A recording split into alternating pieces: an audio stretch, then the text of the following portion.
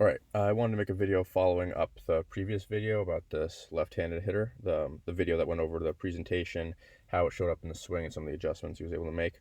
Um, just a quick recap, not going into too much detail. We have a very dense left side, getting smushed down from a aggressive anterior orientation of the left side of the pelvis, making it difficult for him to create the necessary delay to accept energy from coming from the right side to send it up and make himself lighter. We have a twisted knee, making it really difficult for that lower leg to hold the ground.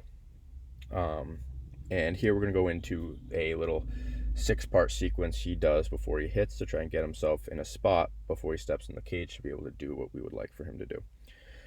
So this first one here, we have a wedge biasing that tibia, that proximal tibia into IR. We have a foot contact also helping facilitate that. We're going to rock back, and as we rock back, we're going to try and get that delay on the back side of the left pelvis here. We're untwisting the knee as we cross past parallel. And what he's going to want to do is push out of that left side. So we're using this right side to push him over and back actively on the left to help facilitate this move. This will set up our next one here.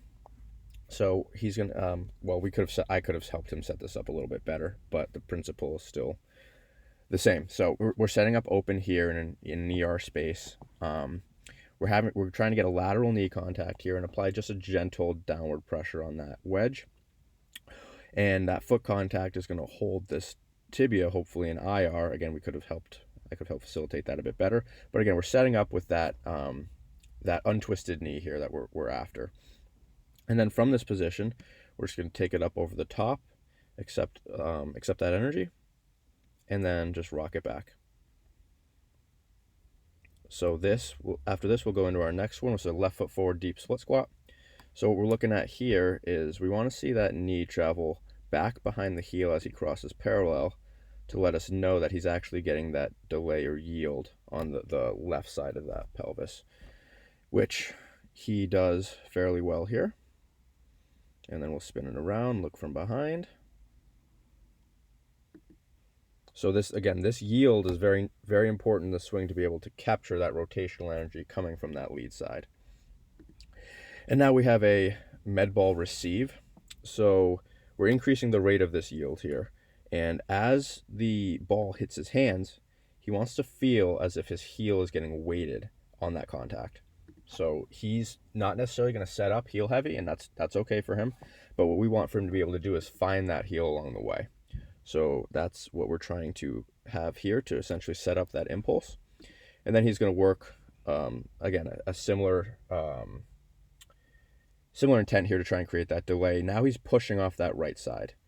So I guess you could argue it's similar to how in a swing you would use that lead side to send everything to the left and capture it. So that's the fifth one, this right to left shuffle pull down. And then we're going to challenge this left side delay with a left foot forward split squat, left row. So he's setting up with his hips square here. And what this row is going to try and do is push him off that heel. So he's going to have to work hard to try and hold, if it'll play. Whoops.